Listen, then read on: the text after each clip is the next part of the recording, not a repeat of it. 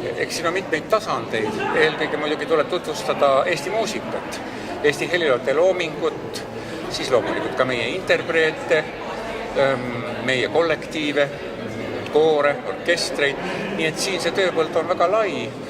Ma arvan, et suur osa on siin ka riigil. Riik võib abistada meie muusikutel rahvusvahelisele areenile jõudmist ja toetada nende seal ka püsimist. Aga muidugi kõige rõõmustavam on see, kui keegi saavutab sellise edu, et ta enam toetust ei vajagi. Aga vastupidi küsin, mida maailmast meile sisse tuua, millest õppida ja eeskuju võtta? No maailm on muidugi suur ja lai ja sealt sisse tuua on tohutult palju, aga loomulikult tahaks, et see, mis siia maailmast jõuaks, oleks tõesti parim. Aga muidugi siin me peame leidma võimaluste ja soovide harmoonilise kooskõla. Kuidas Eesti muusikat rikkamaks muuta, kuidas Eesti muusikale järelkasvu luua ja muusikaõpet arendada?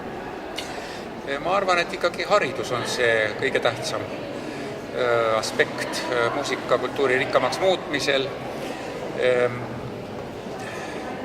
Hea haridus on see, mis tagab arenemisvõime, mis võimaldab võtta vastu impulsse väljastpoolt, neid sünteesida, edasi arendada, kasutada oma loomingus. Nii et selles mõttes kõige lihtsam vastus on tõepoolest, et väga hea haridus on see, mis seda aitab.